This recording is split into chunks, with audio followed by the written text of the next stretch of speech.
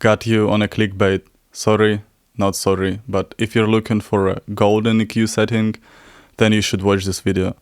First, I'm gonna talk what's an EQ, and then we'll move on how to get better with it. So, what's an EQ? I'll give you a hint. It's this. What, a knob? Not really. A fader?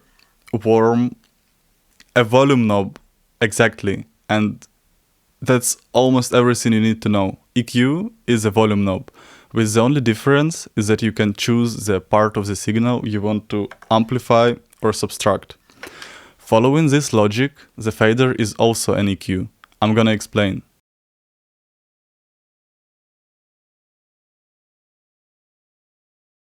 It comes from our sound perception. Maybe you know about the ISO 226 or equal loudness curves, or something that Fletcher and Manson did. Or maybe you know about the ISO 532, which is essentially the same thing, but for everything else apart sine waves.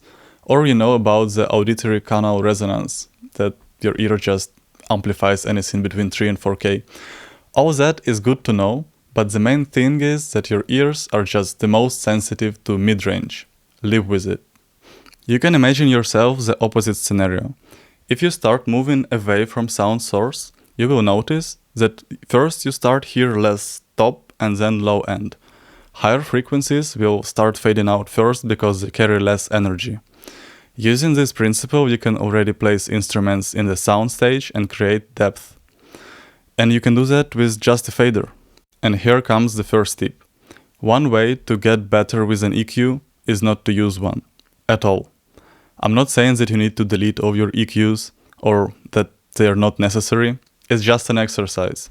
Try mixing, remixing anything with the faders only. You may be surprised. Part 2. An EQ has something to do with the volume, or with the gain, or with the balance. I'm gonna make a statement and then explain. EQ doesn't add anything to the sound. It only affects the balance within a signal. If we talk analog, by design, EQ is made to be the cleanest module. Don't believe me? Then you can go check out Chris Wardel's masterclass on Mix with the Masters. So as you may know, he uses an SSL 4000 console, which is kinda old and noisy. And what he does is he sets his long faders at unity to ensure the best signal-noise ratio and then barely touches them.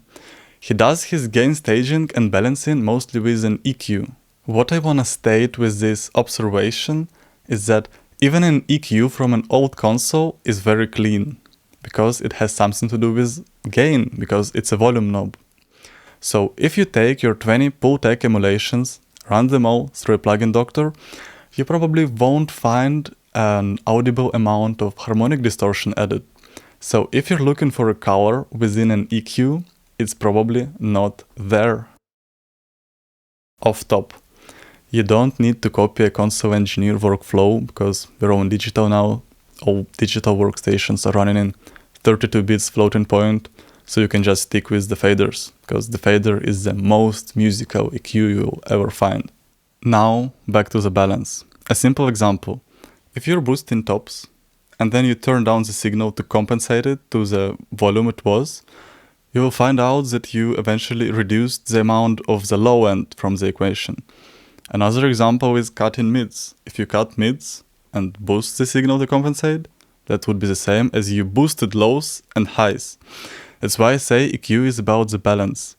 EQ doesn't magically bring up something that wasn't there at first.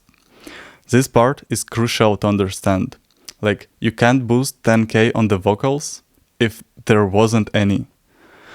I mean, you will turn the knob, but it won't have the right effect to it. Hope you get the logic. Part 3. EQing in solo and getting tricked by loudness. So here's a quick recipe on how to make anything sound better in solo. If it was picked up with a mic, you just boost lows, boost tops, voila, it's done. If it's a sample and it doesn't sound crisp, then maybe you found a real good sample. Use it. Try to surround it with other sounds. And if it's not the case, then just relax. EQ won't help. The problem here, if you boost something, your signal gets louder. Remember, louder is better.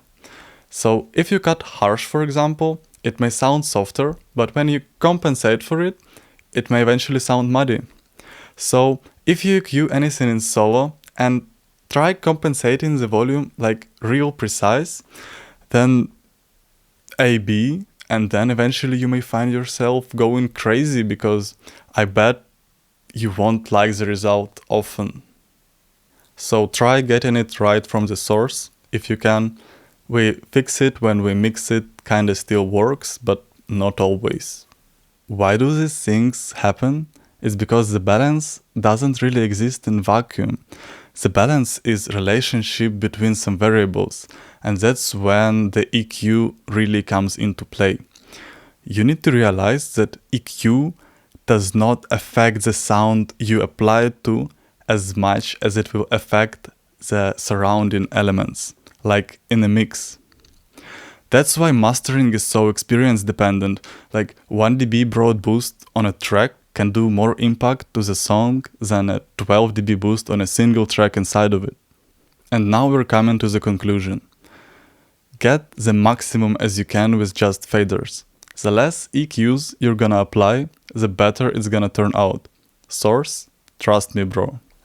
And the last, but by any means not least, a golden advice that will take your EQ game to the top. Don't listen to the sound you're EQing. That's a general rule on which mixing is based. So when you're moving your fader or you're EQing anything, listen how other sounds would respond to that. If you train just that, you won't need any other mixing tutorial. Cause I kinda know how it's done. You EQ a specific sound, your attention is on that same sound, you get it to the point when you like it, and then you move onto another track, and you repeat. And in 4 hours, you end up with a piece of crap, and I've been there.